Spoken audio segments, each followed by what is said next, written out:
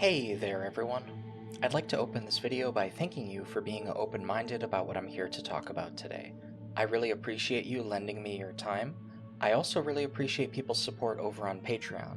I've never taken sponsorships on this relatively small channel, and I've never been able to consistently do YouTube as a full-time job, so everything does help.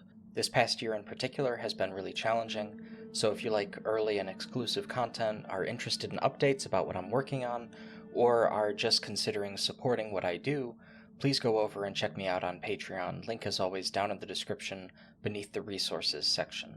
Thank you so much, it's tough out here. In an earlier essay, I wrote a little bit about the film Elemental, exploring specifically how I felt the portrayal of the racial metaphor and how it was executed created a certain impression of the film's views about race and culture that I felt were a little troubled, despite the film generally being rather cute and sweet.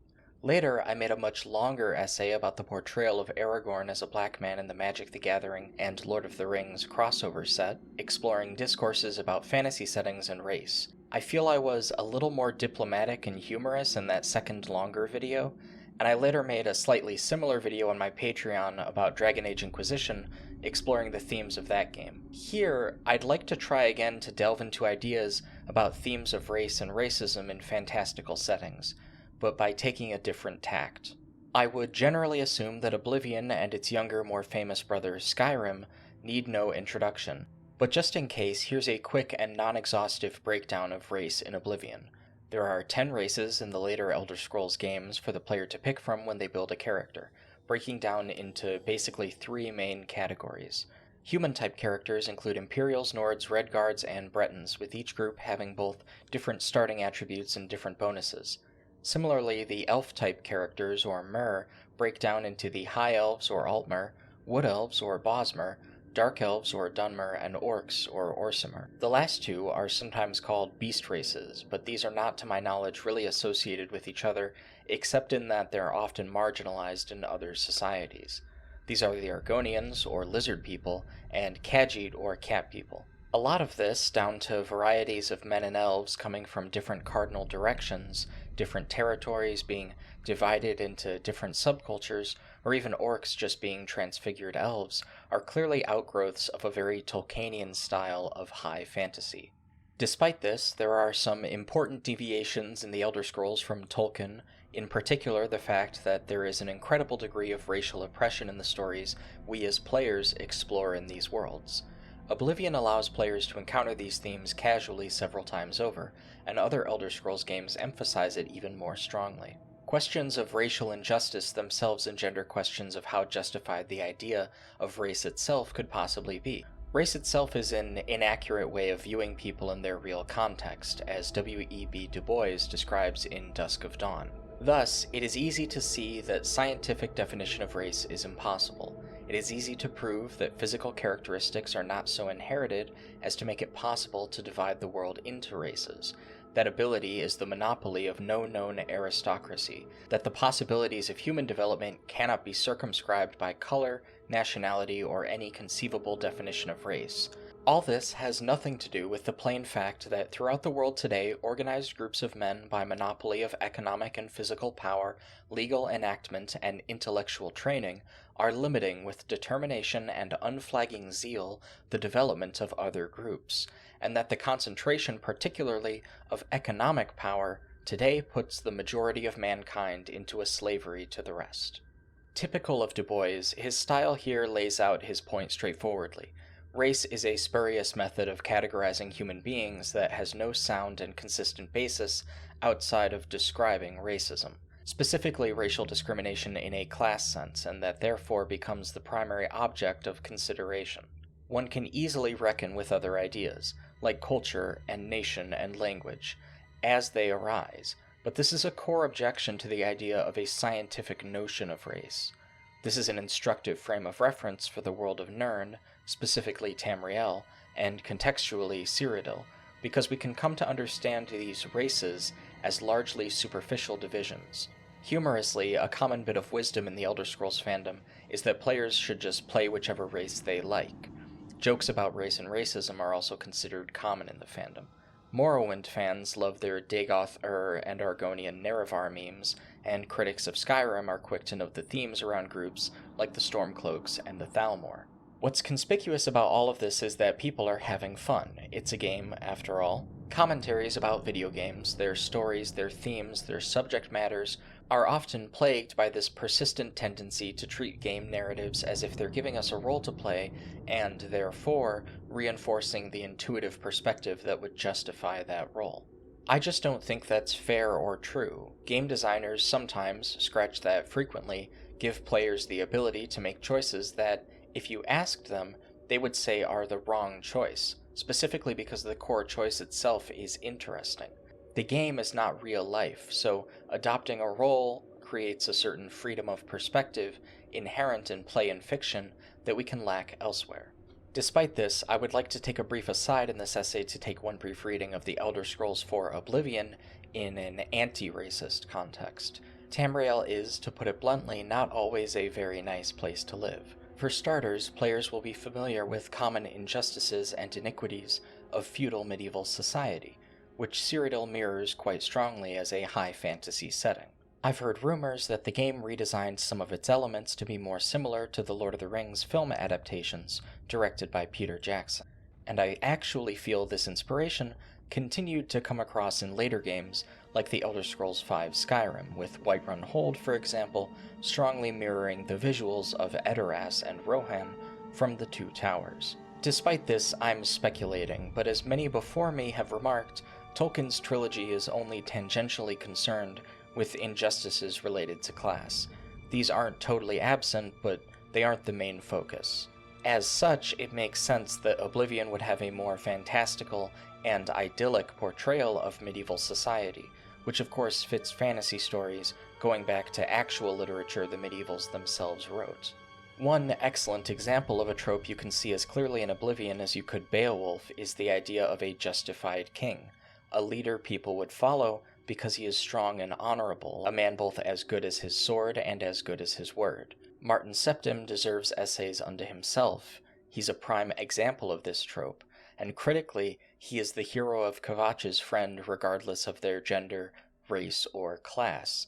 Martin is a friend to all good people, and no matter who you are, you can be that person. The opportunity for heroism in an idealized version of what would be and often is a less than just society against a foe that gives the player some moral clarity paints the main character in a strongly moralistic light, regardless of what else they might do. This juxtaposition of the mythological hero with a mythological society is useful for connecting this story to how our very real society mythologizes itself and how it fails that mythology. As Du Bois says later in Dusk of Dawn, the democracy which the white world seeks to defend does not exist. It has been splendidly conceived and discussed but not realized. If it is ever to grow strong enough for self-defense and for embracing the world and developing human culture to its highest, it must include not simply the lower classes among the whites now excluded from voice in the control of industry, but in addition to that, it must include the colored peoples of Asia and Africa, now hopelessly imprisoned by poverty and ignorance. Unless these latter are included, and insofar as they are not, democracy is a mockery and contains within itself the seeds of its own destruction. Hitler is the late, crude, but logical exponent of white world race philosophy since the Confederate of Berlin, 1884. Europe had followed the high ethical dream of a young Jew, but twisted that ethic beyond recognition to any end that Europe wanted. If that end was murder, the Son of God went forth to war. If that end was slavery, God thundered, "Cursed be Canaan," and Paul echoed, "Servants, obey your masters." If poverty was widespread and seemingly inevitable, Christ was poor and alms praiseworthy. There persisted the mudsill theory of society that civilization not only permitted but must have the poor, the diseased, the wretched, the criminal upon which to build its temples of light. Western Europe did not and does not want democracy, never believed in it, never practiced it, and never without fundamental and basic revolution will accept it. Not the keen, the bold, the brave, and the enlightened are the ones which modern individual struggle throws to the fore, but rather the lucky and the strong. This mudsill theory parallels the perspective Du Bois describes elsewhere in that same chapter, in the terms that the poor must be poor so that the rich may be rich. It is easy to see how the inevitability of a certain idea of marginalization, oppression, or exploitation goes hand in hand with its utility. We need a bit of this such that we can do a bit of that. This also, I think, is what Du Bois means when he says modern individual struggle throws to the fore the lucky and the strong. The merit conferred by this sort of social system is a merit of might for the mighty. The rich must be rich, so the system enriches them, and the poor must be poor in the service of the rich being rich. The idea of struggling as an individual exception is in fact a part of what validates this line of reasoning against which Du Bois argues, because individual exceptionalism validates only their ascendancy to a different role. It does not invalidate the existence of the roles. In this way, the exception of the hero of Kvatch, and they are exceptional regardless of their race, because in a class context they begin as a prisoner and become a national hero, friend to the emperor, ally of the imperial council, potential ally of all the cities and their counts and countesses, a leader of many potential guilds, with maybe exceptional intelligence or exceptional cunning, all despite their modest beginnings, must prove the rule of Oblivion. The hero of Kvatch is ascendant as an individual, even in a special spiritual way as the new Sheogorath, but depending on their background, their race or class probably is not. Cyrodiil is also a seemingly patriarchal place, though perhaps without some of the usual limitations of that social order, so some ideas about women might also limit the hero of Kvatch based on their gender. They can transcend these, but that state of affairs for women generally will remain the same, implying only that they are a special woman. The exception proving the rule arises shortly afterward as an explicit point in one of Du Bois's dialogues in this text. In multiple sections of Dusk of Dawn, Du Bois writes out this dialogue between himself and a white friend. At times, multiple different theoretical friends who do not exist but are rather characterizations offered to broadly express many conversations he has had and could have, and how they would tend to go. One of these dialogues ends where the previous passage about democracy begins, and I would now like to give you the prior context, beginning with what this friend says to Du Bois. Can you for a moment conceive a world where brown men and Dagos were giving orders to white men and women? It would spell the end of civilization. Of course, there may be a few exceptions, but the mass of the colored world can't think, they can't rule, they can't direct, and we mustn't let them try. And to keep them from trying, we've got to pound them back into their places every time they show their heads above the ramparts. Then my friend stopped. He turned red and grew apologetic. Of course, he stammered, I don't mean exactly you. You are an exception, at least in some respects. In some respects? I rejoined helplessly, but my friend stiffened. Suddenly he ceased speaking and stared at the headlines in the evening paper. The world had gone to war again to defend democracy. The dark humor of the juxtaposition is notable. All these racial supremacists who believe, implicitly or explicitly, that some peoples are superior to others are not thwarted at all by the evidence to the contrary. It does not disturb them at all generally to see the individuals from those groups of which they think ill succeeding, nor does it cause them any great deal of consternation, usually, to be faced with the fact that those institutions which they take as proof of the good values of better groups of people, certain nations, certain governments, certain organizations, will also at times be the perpetrators of every ill they fear of their inferior alternatives, such as European governments with their European cultures and European philosophies, nevertheless developing dictatorships or perpetrating genocides. It only reinforces their doctrine of specialness, of exceptionalism. This is the case if we adopt the frame of reference Du Bois writes to indict. But Oblivion is not real life. Tamriel is not a real continent, and Nirn is not Earth. This is good, fascinating even, because it gives the player some chance to play with these ideas about race, gender, and class as social roles that limit and confine. This is, maybe, a bit of an obvious point, but depictions are not endorsements, and this is the case with role-playing to such an extreme degree that players can humorously or seriously denounce the idea of race as a limited structure by parodying its ideas or transcending them through play. The absurdity of race, when taken to a fantastical context, can be funny.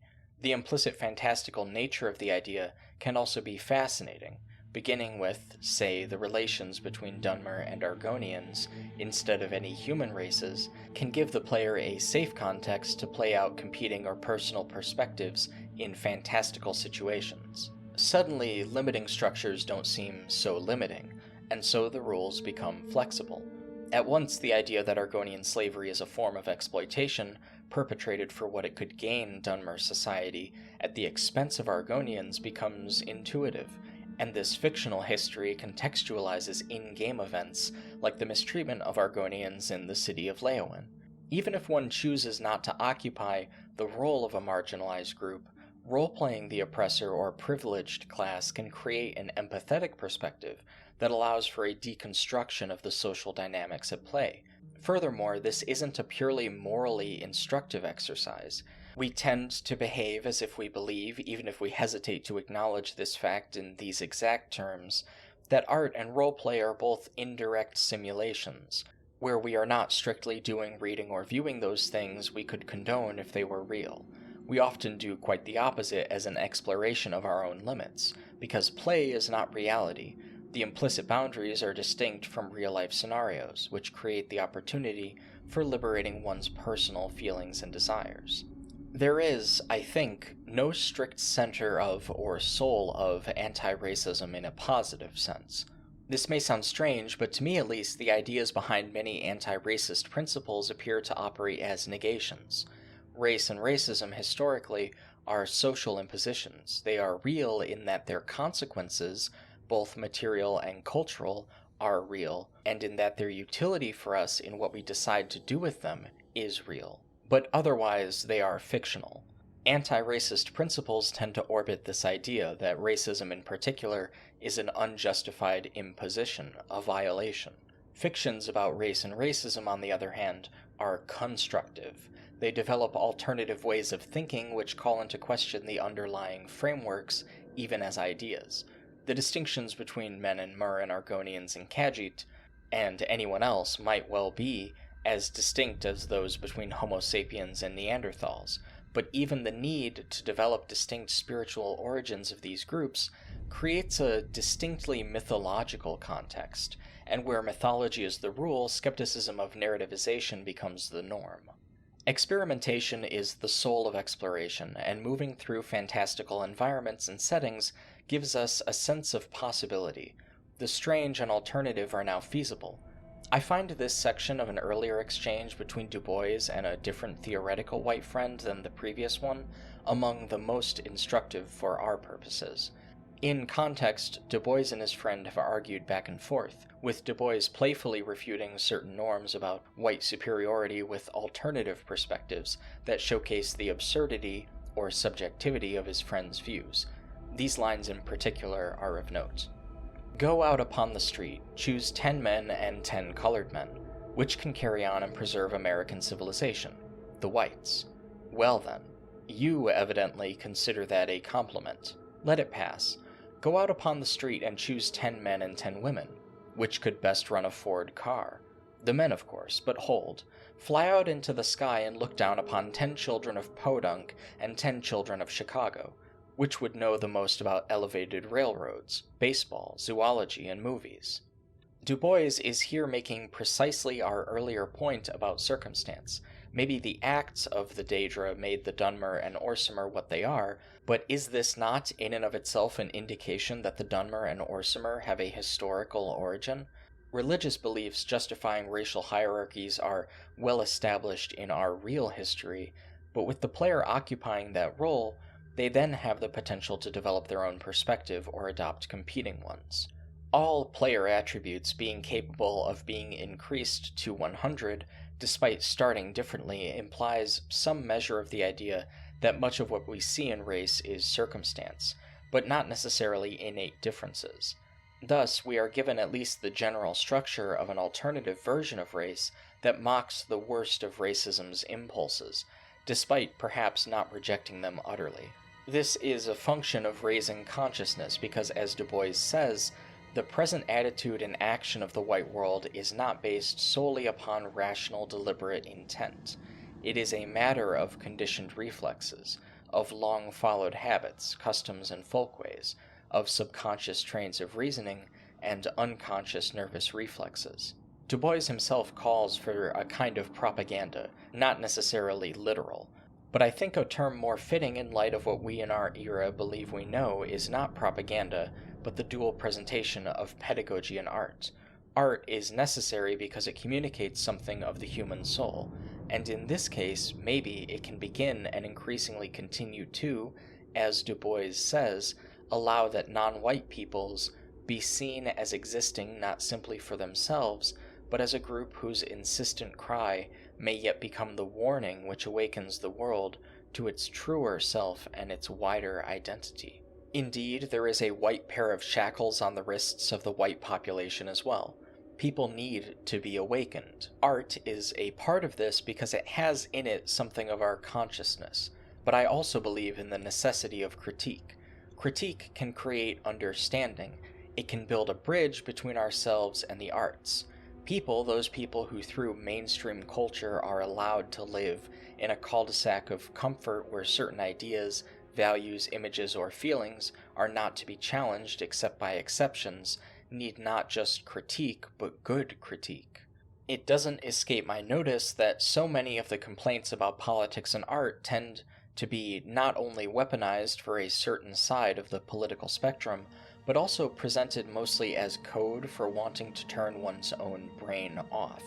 It's not that the people saying these things truly believe Star Wars or Metal Gear or what have you is genuinely lacking in any political meaning, but rather that they feel a certain insecurity around the awareness they now feel of that meaning and what it could mean for them. And they tend then to parlay this insecurity into a sense of imposition, that something is being done to them rather than that they are naturally simply learning something new, and therefore that it is unnatural and can be opposed as such. If we are not trapped in a mindset of decoding where all meaning in art exists as a byproduct of us figuring out what secret message the creatives were sending us, like we're listening to a record backwards and hearing satanic messaging, then we can understand we have a constructive role in this process and are generating meaning ourselves as much as anything. Then art becomes beautiful again, and we no longer need be quite as concerned with who is trying to do what with some sort of subliminal messaging. This is why critique and art should be married to each other, I think. For everything I've said here, there is almost certainly several alternative points of view, but in opening the issue we can create more intentional conversations around art. But underneath all of this is a deeper question, one to which I've just alluded. There is something human underneath the arts and criticism.